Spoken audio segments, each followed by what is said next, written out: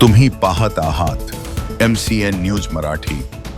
संग्रामपूर तालुक्याच्या श्री क्षेत्र सोनाळा येथील श्री जगदंबा माता मंदिरात आयोजित करण्यात आलेला संगीतमय श्रीमद भागवत कथा व अखंड हरिनाम सप्ताह सोहळा मोठ्या भक्तिमय वातावरणात आणि उत्साहात संपन्न झाला। सप्ताहभर विविध धार्मिक, आध्यात्मिक व सांस्कृतिक कार्यक्रमांचे आयोजन करण्यात आले होते।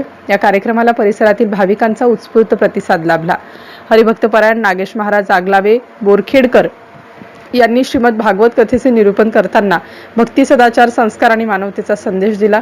त्यांच्या प्रभावी वाणीतून भागवत धर्माचे महत्त्व आणि संत परंपरेची शिकवण भाविकांपर्यंत पोहोचवली। या सप्ताहात दररोज काकडा, भागवत कथा, हरिपाठ, हरिकीर्तन तसेच विविध धार्मिक कार्यक्रम पार पडले।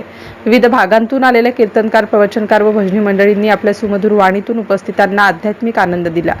या कार्यक्रमाला महंत स्वामी कृष्ण भारतीजी महाराज वारी हनुमान यांचे आशीर्वाद लाभले। तसेच अनेक मान्यवर, संत, महंत, समाजसेवक आणि ग्रामस्थ मोठ्या संख्येने उपस्थित होते। सप्ताहाची सांगता भव्य दिंडी सोहळ्याने करण्यात आली।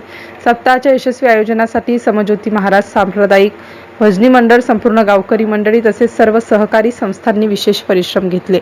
MCN न्यूज मराठीसाठी कैलास खोटे, सोनाळा। आम्हाला एक दिवस कमी पडतोय, आम्हाला काहीतरी सेवा करावी लागते किंवा अनेक गोष्टी कमी राहिल्या। आता 7 दिवसाचं नियोजन म्हटलं का किती टेन्शन येते। कथाकार निवडायचा, कीर्तनकार निवडायचे, पंक्तीवाले निवडायचे, लोकांपर्यंत पोहोचलं पाहिजेत, पत्रिका आली पाहिजेत, त्याचा प्रचार झाला पाहिजेत, आनंद देत कितीतरी व्यवस्था लावावी लागते।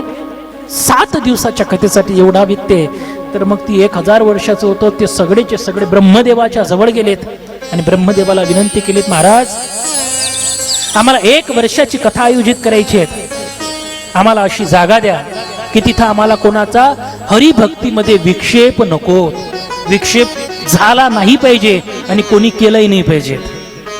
भजनी विक्षेप टिंब टिंब टिंब समजून घ्या, आता काहीतरी आहे त्याच्यात। संतांचं प्रमाण आहे, मी 7ही दिवस माझ्या पदरातला एकही शब्द बोलणार नाही, प्रत्येक बोलण्याला पुरावा देईल। भजनामध्ये विक्षेप चालत नाही। आणि मग यांनी